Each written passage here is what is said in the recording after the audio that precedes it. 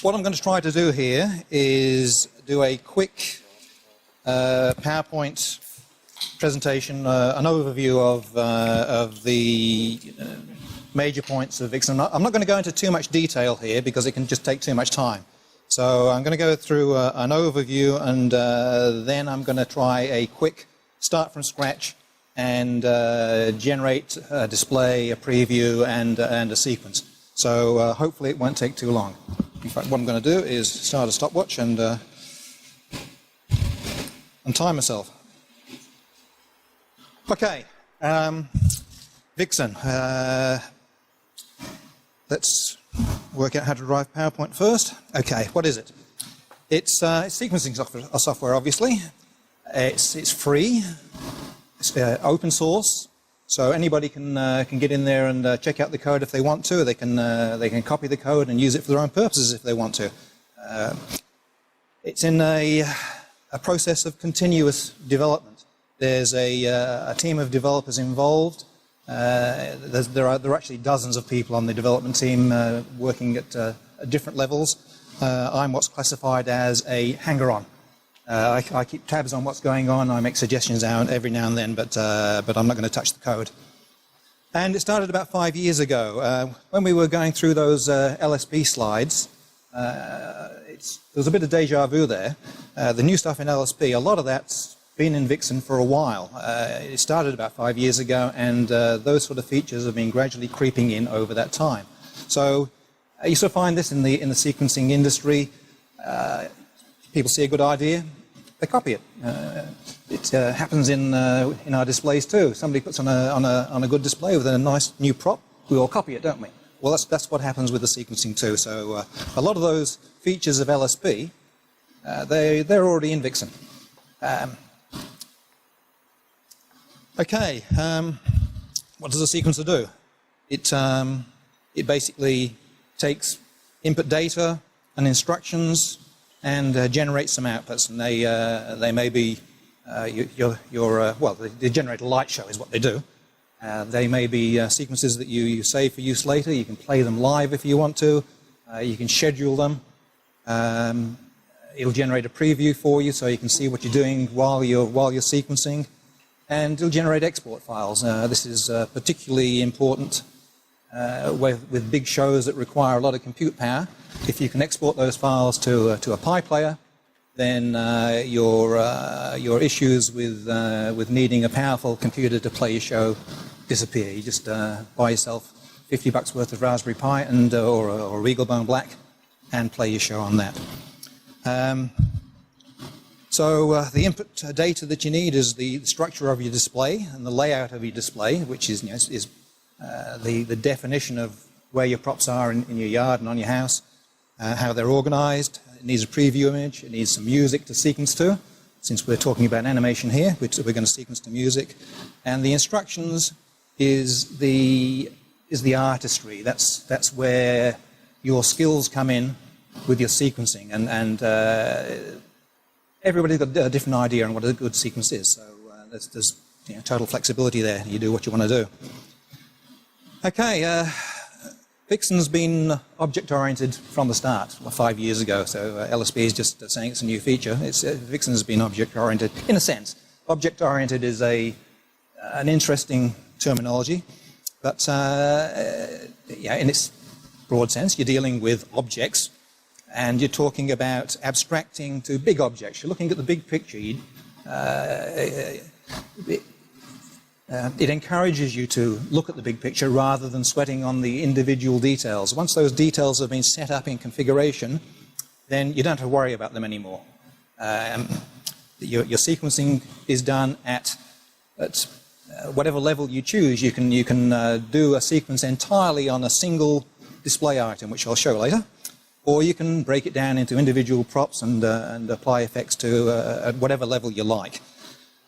So it's encouraging you to focus on the logical or conceptual layout of your display rather than the physical bits and pieces. Okay, when you fire up Vixen, this is the first screen you'll see. And you think, well, what's in there? There's nothing much there. But that is the overview of what Vixen will do for you. And the first thing you'll want to do is set up a display. And this is where you define your display elements, the various items that you've got out in your yard, the strips you've got on your roof or whatever. Add some controllers to attach to them, and at some stage, you don't have to do this straight away, but at some stage you then patch the individual display elements through to your controllers. The other things you can do before you start sequencing is a good idea to actually translate your display setup onto a preview so that you can see what you're doing. And once you've done that, you can start sequencing. Now, I say there's an order of things there, but in reality what people tend to do is they go backwards and forwards between all of these things. As your display expands, you go back and modify one thing and then move on and get back into sequencing. And eventually, there's a scheduler that allows you to schedule a show. At the moment, the scheduler is under modification to make it work a whole lot faster. It's a bit of a dog at the moment, but that will be fixed in time. Okay, moving on. This is the screen that you'll see when you press the display setup button, and typically, you'll have your display items set up on the left-hand side. The left-hand side is where you add the elements in the first place, and where you structure them into a manner that's going to make your sequencing easy and convenient. So it's not just a continuous list of items; they're grouped together into logical groups. On the right-hand side, you'll see the controller section, and there's a drop-down menu that's been expanded there to give you a list of the available controllers at the moment. In reality, these days, most people are going to be using the streaming ACN, which is the E131 controller, or possibly the DMX Open controller. Some of the others may still be in use depending on how old your show is and how old your hardware is, but most modern hardware is going to be either DMX or E131. Once you've got those set up and defined, then the center panel is used for patching, and I'll demonstrate that later. Okay, so the display is structured logically rather than physically. It's not just a continuous list, it's a logical structure. So an element is not a light, it's a display item. And an example, if you've got an RGB flood that's got three LEDs in it, or groups of R and G and B LEDs in there, that's just one element that has an RGB property. It's not individual lights. You can group elements. So a megatree is a group of individual strands. And those strands may be a group of individual pixels if you've got a pixel tree.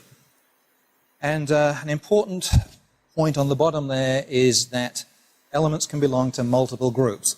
Now this is important when you're applying your artistry to your sequencing. You might want to rearrange things to make particular effects easier. And with experience, you sort of work out what you've got to do to rearrange things to make that convenient for you.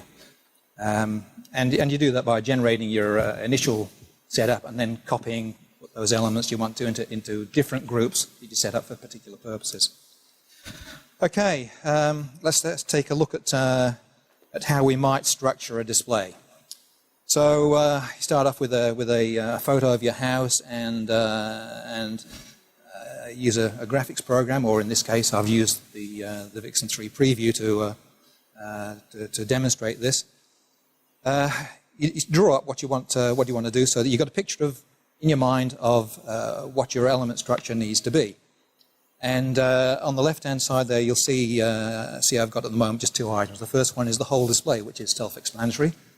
Everything on there is in that overall group that I've called whole display. It's very handy to have one of those. It's not necessary, but it's very handy to have. There's another item called strips there that I'll get back to later. Just expanding the element tree out as we go here, and I've got two elements, or two groups under the whole display called house and garden. The house part of it is highlighted there, just to show you what I've done. Expanding it further, we'll see, for instance, the house has 3 items on it. There's the strip on the roof, on the fascia. There's a window frame, and there's a starburst or firework or spinner or whatever you want to call it sitting on the chimney.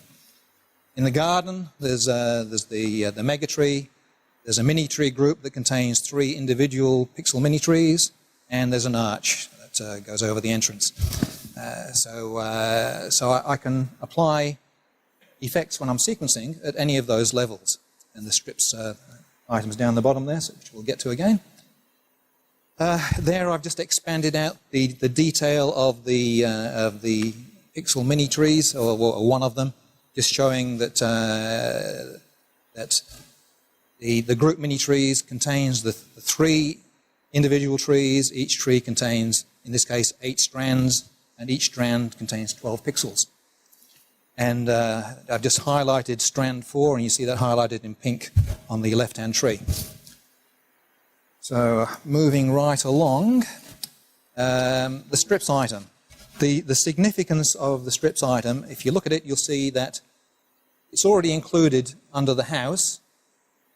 All I've done is copied it down to the bottom there to a separate group outside of my main definition, just for convenience, so that if I want to just run some sequences on all of those strips, some effects on all of those strips, then I can do it. I can do it easily as a separate item. That is entirely optional, but once you get into complicated sequencing, you'll find that you'll do a lot of that. Alex is nodding wisely there. Not that he's wise; he's just nodding wisely. Yeah. So you tend to do that a lot, and the point is you can. And if it's got the same name, if you copied it from your main display down into into a separate group, it will be the same item. Okay. The preview, you've already seen some cropped images of the preview there. Preview is a design tool, and you can play with your display layout on the preview without linking it to anything. Just so you can generate pictures of what your display is going to do and give you ideas, move things around, so instead of firing up a graphics program, you can do that within Vixen. But its main purpose is it's a visualizer while you're sequencing or while you're running the show. If you want to, you can turn it on or off depending on whether you want it running while your show's running. But mainly for visualizing while you're sequencing, so you can see what's happening. And the point there at the bottom is that you can design your display and complete your sequencing without needing to set up controllers. You don't need to know how the lights are actually connected. You can design it all with the preview and the sequence editor without sort of worrying about the nitty-gritty detail. You can do that at any stage. You can do it first, you can do it last. It doesn't matter. The only proviso there is with the current release, you must have one controller listed, otherwise you're getting into timing problems. But that's a bug that's been fixed in the next release, so it's not actually an issue. Okay, that's the preview screen, and you'll see there's a heap of tools along the top there for adding particular shaped objects. Your element tree is on the left-hand side, so all of the items that you've set up in your display setup screen will appear there in the element tree, and you can expand them or collapse them as you like to work on individual items. You'll see I've highlighted the mega tree in the element display. It comes up pink on the preview. There's color codes down in the bottom left-hand corner to tell you what you've done. If it's the cyan color, then it means that it's been linked to a display element. There's a one-to-one correspondence. If you just put the items on the preview just to play around, they'll appear in white rather than cyan, just to give you an idea of what's actually going to be live. And yeah, that's handy for experimenting. Okay, down the bottom left, there's a properties panel, so that allows you to change the properties of those display elements, just to make them appear the way you want them to appear. Okay, the sequence editor. The major difference between between Vixen 3 and earlier versions, Vixen 2 and earlier versions of the other sequences, is that it has a free-form timeline. There's not a rigid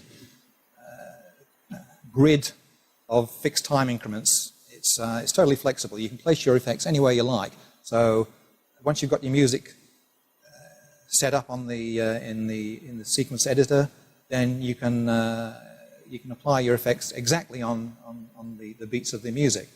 Now, in reality, when that translates into output on your hardware, the time increments are largely controlled by the capabilities of your hardware. But conceptually, it goes anywhere you like. You're not constrained to say, oh, well, I've got to put it there. It's out by 20 milliseconds, but that's where I've got to put it. You just put it where you want it and let the hardware worry about it later. And in the end, you can never tell the difference. 20 milliseconds here and there is nothing, unless you've got particularly good eyes. But we'll ignore that.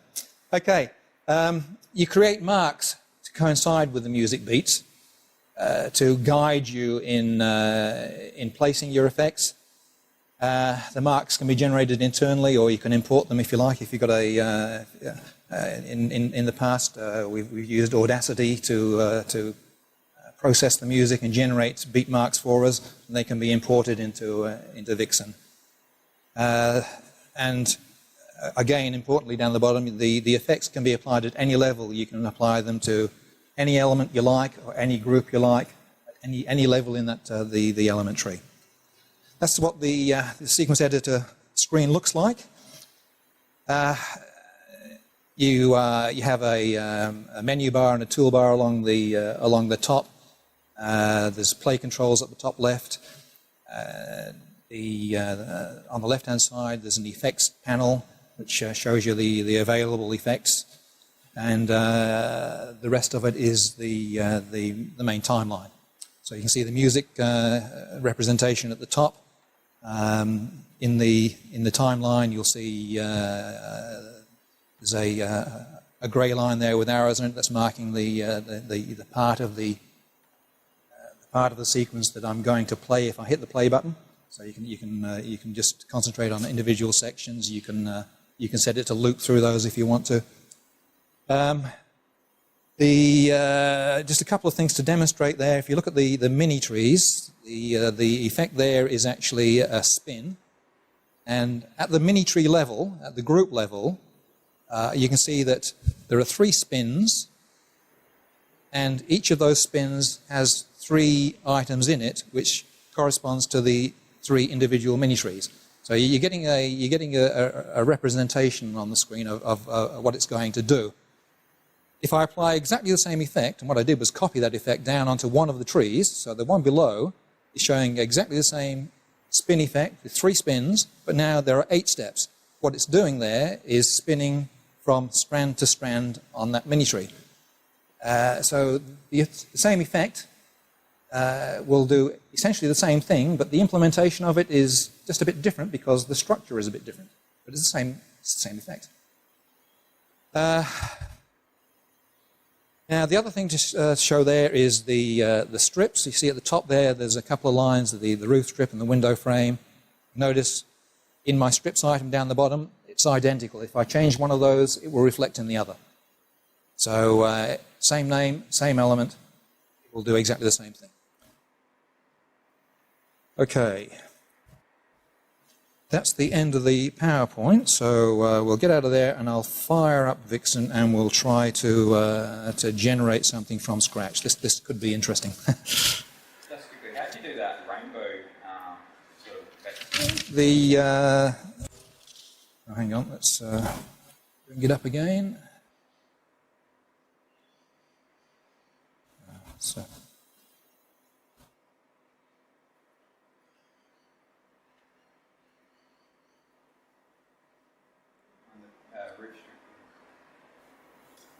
Now, that is just a. Red, yellow, green. This is this one here.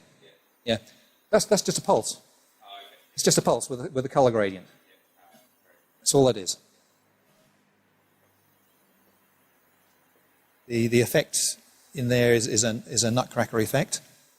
Anybody who's used Vixen 3 before, the Nutcracker Effects, this year there have been quite a lot of minor improvements to the way it works, some improved functionality, some bug fixes.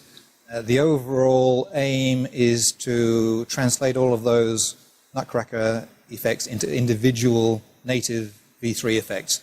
The point there is native V3 effects are far more efficient than the way that Nutcracker's been implemented. Nutcracker is one of the resource hogs in Vixen at the moment. And it was done to get all of those effects available to you as quickly as possible. But the aim, and it may or may not happen this year, I won't make any promises, is to translate all of those individual Nutcracker effects out into native Vixen 3 effects. So that's something for the future. Just quickly, can you just go back 2 slides from that one? Can you get that one there? One? So with that one there, when you actually click on, so you've got the mega tree highlighted there and you can change the individual elements. Does that then reflect if you've got the mega tree and another one underneath? In another, sorry? So you've got the structure there, whole house and strips. Yeah. So if you had one underneath that said mega tree. Oh, if I had the mega tree in another group? Yeah, Oh, yeah. Yeah, it's the same mega tree. It changes it in Yeah. one automatically? Yes. Now you've got the pixel elements in the last slide, how you make different lighting strips compared to the whole house. How is it, it's able to show down at the bottom like, oh, you've got the roof strips up the top section with the multicoloured and then Yep. down at the bottom. Yeah. It won't show up on the bottom for me. It only shows it for that, in that one group section. So down if I go to the bottom group, it won't show any other effects that's being replicated. The usual answer to that is you did something wrong, and sadly, yeah, this is continuously developed software, and you can do things wrong. If you do things exactly the way the developers envisaged it, generally it doesn't go wrong. If you, but you know, we always do things we shouldn't. Like I was setting this up yesterday and I crashed it. I haven't crashed Vixen for ages, but I've actually found a lot of instability doing gradients, saving gradients. Yeah. That was in the previous version. I haven't played much with the new one which has Okay. been released this year. Yeah. But last year, doing my show, doing gradients, quite often it would crash the editor. yeah, Also noticed in the layout view, if you don't specifically hit, the exit in the top right-hand corner, it doesn't save, it doesn't regenerate the location, so all your wipes won't work. yeah. One of the limitations is that you shouldn't be doing 2 or 3 things at once. Like you shouldn't be editing your preview and sequencing at the same time. That can confuse the hell out of it. Oh, it does. So yeah. So when you're working on your preview, close down your sequences and just work on your preview. Then close down your preview, open up your sequence again. It will synchronize. It just gets out of sync if you try and do them simultaneously. The software design probably would like to be able to do it so that it's live and interactive, but it's not quite there. So sometimes it will work, sometimes it won't. So yeah, the moral is don't try and get too clever with doing your preview and your sequencing at the same time. Just stick to one or the other. But it's you know it loads up fairly quickly, so it's not actually an issue. You know, it doesn't take minutes to load. It's seconds. It's not a drama. Okay. Now let's go on to a demo then. So let me just close that down. If I what I'm going to use here is the latest development build. So this is available on the Vixen downloads page as a development build. So it's a released version, but with caveats that you use at your own peril. If you're going to use it, just back up everything first, and then use it. And one of the things that you will find with the latest development build is that once you use it, you can't go back to the last official release. It will change the structure of your profiles. So just be wary of that. But if you've copied everything, to a backup, you can always restore back that way. But I've used it a little bit, not extensively. It seems to be just as stable as the, in fact, probably more stable than the last release. So this shouldn't really be an issue. And there are a few nice things in there that you, once you use them, you think, oh, I've got to have that. Okay, so when you load it for the first time, you won't see this profile screen. I only see it here because I've got profiles set up. So what I'm going to do is just go to the profile editor and add a new profile. We'll give it a name. So we'll call it V3 Mini Demo or whatever you like. Hit OK, and it's suggesting where to put that the folder for this profile. I never actually do it there, so I'm going to just change that.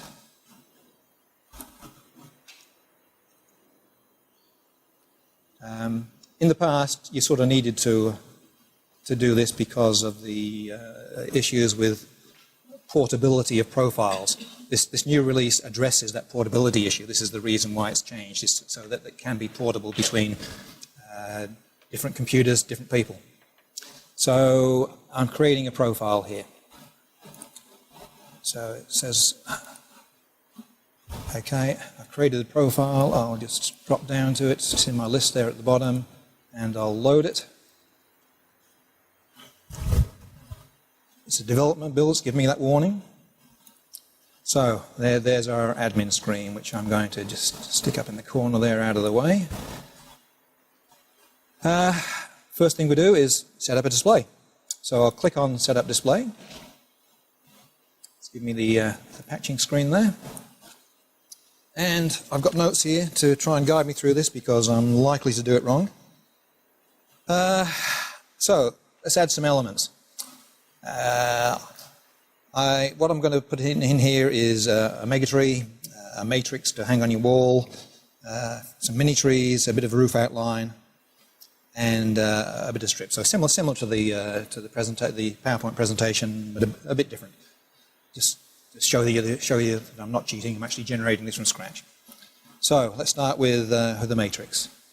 So we have a drop-down list of available structures that are predefined there. So I'm going to pick the mega tree as the item that I want to add. I'll click on the green Add button there. Here's my menu of how to set that up. I'm just going to take the defaults here, but I'm going to make it a pixel tree. So what I've got there is 16 strings on my mega tree, and each of those has 50 pixels. Click OK, and there it is. If I want to expand it out, then you can see that there's the 16 strings, and if I expand out one of them, there's 50 individual elements there. But we'll collapse it all back down again because it's too hard to work with it all expanded. If you leave it all expanded, then you may as well not bother with grouping. So one of the beauties of grouping is you can do that. So there's a matrix, it's done. A megatree, I should say. Let's do the matrix next. So, oops, we'll cancel that because it's going to put another megatree in if I don't. So we'll pick the pixel grid as the item I'm going to add. Click the Add button, give it a name, and I'm going to change it from grid to matrix because I can. I can't spell, but should I say I can't type. I'm going to make this 40 columns wide by 30 rows. So we'll just type in 30 there. You can use these spinner boxes, or you can just highlight the number and overtype either way. And because I can, I'm going to generate the columns first and then the rows. Typically, a lot of people will generate a matrix by hanging strips vertically. So that's the way I'm going to create it in the first place. If you build your matrix using horizontal strips, then it might be more convenient for you to do it the other way. So, okay, there's the matrix done. Mini trees. I'm going to create 3 of those, and I'm going to use a generic numbered group to create them, and all that does is allows me to generate a sequence of numbered items within a group. So I'll give the group name. I'll call the group. Well, it's already created something there for me called minitrees. I'm not quite sure how it was that smart. Maybe it's not quite what I would have done. So I like to capitalize. So we call it minitrees, and actually I'm going to change that slightly. I'm going to call that minitree 1. I'll do these one at a time. And the items within there are going to be my individual strings on the mini tree. Not sure what you did there, Steve.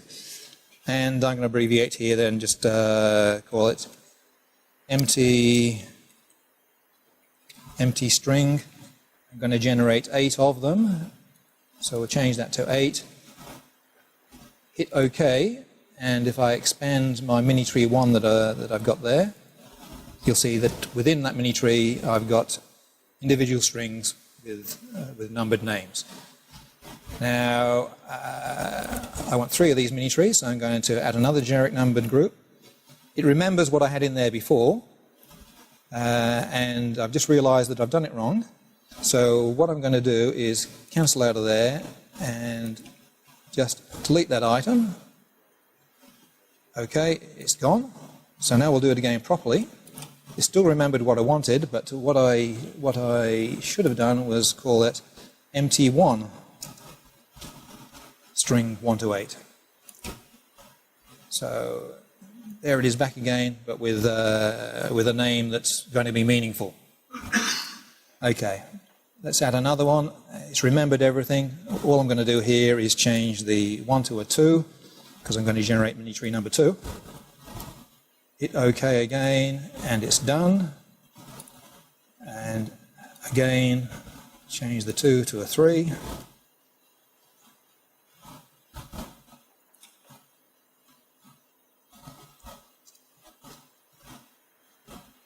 OK, so I've now got 3 of them, essentially the same, just with the correct numbering.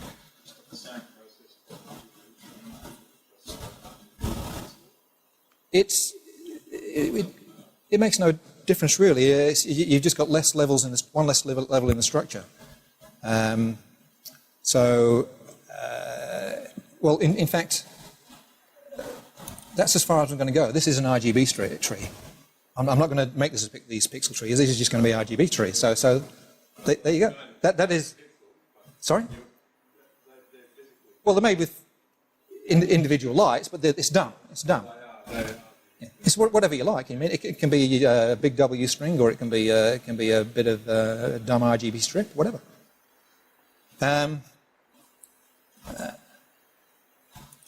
So what I'm going to do now is add a single item, because I've actually got 3 mini trees there. I'm going to add a single item that I'm going to call, surprise, surprise, mini trees with an S. And what I'll do is I'll select the items in the list, and you can use Control click, Shift click to do your selections, normal Windows stuff, and drag it onto the item mini trees. And what it's done is drop them into that group. So now I've got a group called mini trees with the individual trees in there. Okay, that was mini trees. I'm going to put a roof outline on. Which I'll do in pixels, just for the hell of it. So how shall I do this? I'll use the generic numbered group again. Actually, before I do that, I'll generate some more single items just to help me along here. So I'm going to call these roof L for left.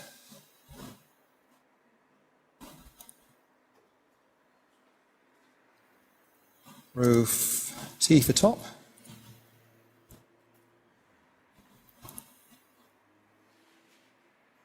Roof R for right.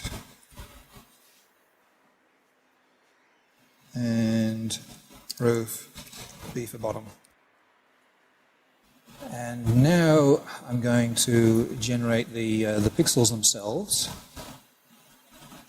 as a generic numbered group. And what am I going to call them?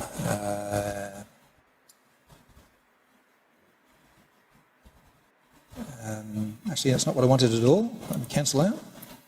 This is where you think on the fly, you see. But the beauty of this is if you get it wrong, you just delete it and do it again. It's the whole thing, once you get your mind around it, it's all fairly quickly. So let's just cancel that. Yeah, exactly. I'm trying to be as simple and obvious as I can here, but there are tricky ways. If you experiment with the right-click options, there's a more capable way of doing it, but you have to know what you're doing. So, in fact, I'll just demonstrate that. If you right-click in the white space there, then you get an item there that's called Add Multiple, and this is very powerful. It's very handy, but it's geeky. So yes, it is a bit different. It is a bit different. So what I'm going to do here is change the template of the names I'm going to generate and just call them roof px for pixels. And you notice on the right hand side there, it's already generated 5 of them for me because I've got total number of items set to 5 there. Down the bottom you've got a start number, an end number and a step if you want to generate weird combinations. But what I want to do here is generate, what do I want? I'm going to generate 550 of them. So there's my 550, and I have to click on endless down the bottom here for it to actually generate them. So what it's generated there is a whole heap of pixels, which I've spelt wrong already, I can see. So we'll stick another O in, so it's actually, oh, I see what I did. I'll blame it on my fingers, it's nothing to do with my mind. So what I've got there is 550 individual items. So, okay, there they are. Now we've got to organise that because they're pretty useless the way they are. So what I'm going to do is take the first 100 of them. So I've got pixel, let's go down to 100. Click on 100, go back up to the top, and the reason that I do it in this order is because when I go up to the top, everything just appears where I want it. Shift click on pixel 1, and then just drag those onto roof left, and they're now in there, they're now in that group. The next 150, so we'll go from 101 to 250. So we'll click on one end, up to the top again, shift click on 101 and drag that into roof T. Oops. Same with another 100, so I want to go to 350.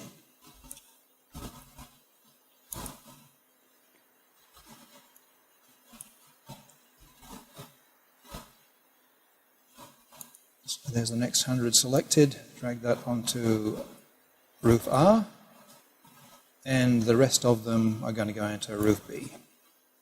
So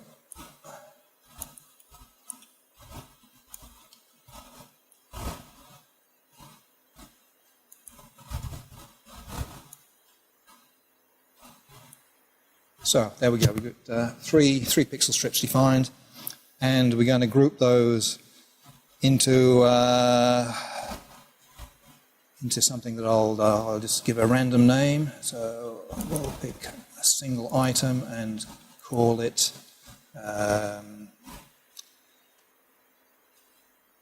done it again. There's my brain. Roof pixels. There we go. And those 4 individual strips, I'm just going to copy down onto that group. So now we've got a group of roof pixels. Just for good measure, I'll add another single item there, which I'll call roof, star. You can put spaces in these names to your heart's content. It doesn't matter. Sometimes I do, sometimes I don't. So there we go. Okay, that'll do for display items. So we'll now try and group them together into something logical. So we've got two items on the roof, some pixel strings and a star. So I'll generate another single item that I'll call roof, and I'll drag the pixels and the star into roof just to organize them. We've got what have we got? We've got a matrix on the house as well. So I'll generate a house item. Let's call it house, and I'll drag the matrix onto it, and I'll drag the roof onto it. The other two items are out in the garden, so I'll generate another item that I'll call garden. And I'll drag those two onto garden. And I'll generate an item that I'll call whole display. Name it whatever you like. It's just for convenience, and I'll drop those two groups. Oops, I missed. Okay, if you missed, it doesn't matter, you just pick it up again. So the house item I'll just drop onto whole display, we've got it right that time, and the garden item, so there it is. So that's my element structure, and it's grouped for convenience. And everybody's different in the way they want things grouped, and it depends on what you want to do with your lights as to what's convenient for you. But you work out what's convenient, and you organise it accordingly. So there's all my elements. If I click on whole display, there's 2,575 of them. What I'm going to do here now is define the colour handling for them, and I'm going to do the whole lot as RGB. This is why you can do this individually as you go, but because I'm going to do the whole lot the same, I'll do them all together. So I've picked the colour handling configuration there. Click on the configure button, and your choices are single colour, multiple colours, multiple individual colours that don't mix. You can have a prop with you have an old style megatree with individual red, white, and green strings, for instance. It'll handle that, or you can just define them down the bottom there as full RGB, mix into any colour. So that's what I've done. Okay, so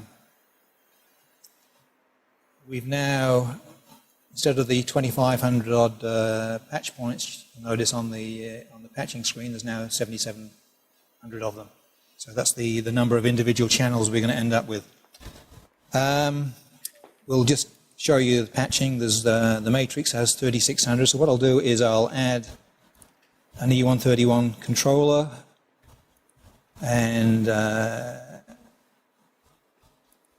give it a name, and I'll call it matrix controller, and give it 3,600 channels. Okay, so there it is, and that's probably going to be a P12 or E681 or a Falcon controller, whatever you like. It's probably what it's going to be. And the patching is as simple as clicking on the patch button down the bottom. There they are, they're patched. All in sequence. And that's why I said if you want to set up your matrix as columns first or rows first, that'll determine how easy it is to patch. So if you do it in the right order first, then the patching is just one-to-one. So that's it, your display is set up. You're going to add more controllers for the other items, but we won't go into that. I read you basically only add one controller You, Show the configuration screen there of the controller. yeah. Obviously, you can have different IP addresses or whatever of different. Yes, but in the current release, you can do that. You can have one E131 controller and define everything in there. With the latest, with the next release, you won't be able to do that. You'll have to have individual controllers for each IP address. Oh, okay, right.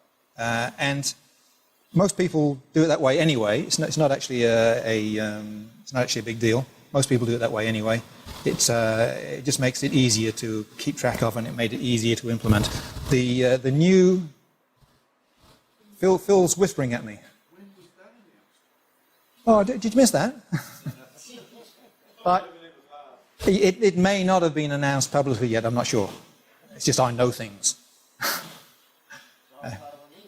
The E131 controller has been redesigned to make it easier to set up.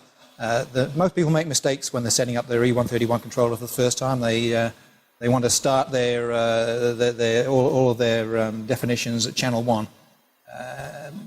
But the way things work, it's not that way, and everybody gets it wrong the first time. So it's been redesigned to pre-fill automatically where your next definitions are going to start, so that it's going to be less of those mistakes. You can still overlap them if you want to, but it's going to guide you to put in the right numbers. Did you miss that one too? That does actually simplify it. Yeah. Controllers, they can all just be start from channel 1. Yeah.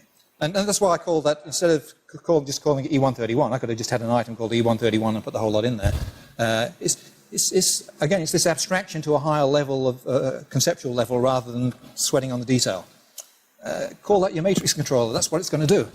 So call it that. I still have like P12R and then have Universe 1, Universe 2, Universe... Yeah, I've done that too. Yeah, and you still can. It makes it easier with big patches. It may or may not make it easier, depending on how you're doing it. But the ability there is there to call it whatever you like. I mean, I could have called that P12R-matrix controller. You can call it whatever you like.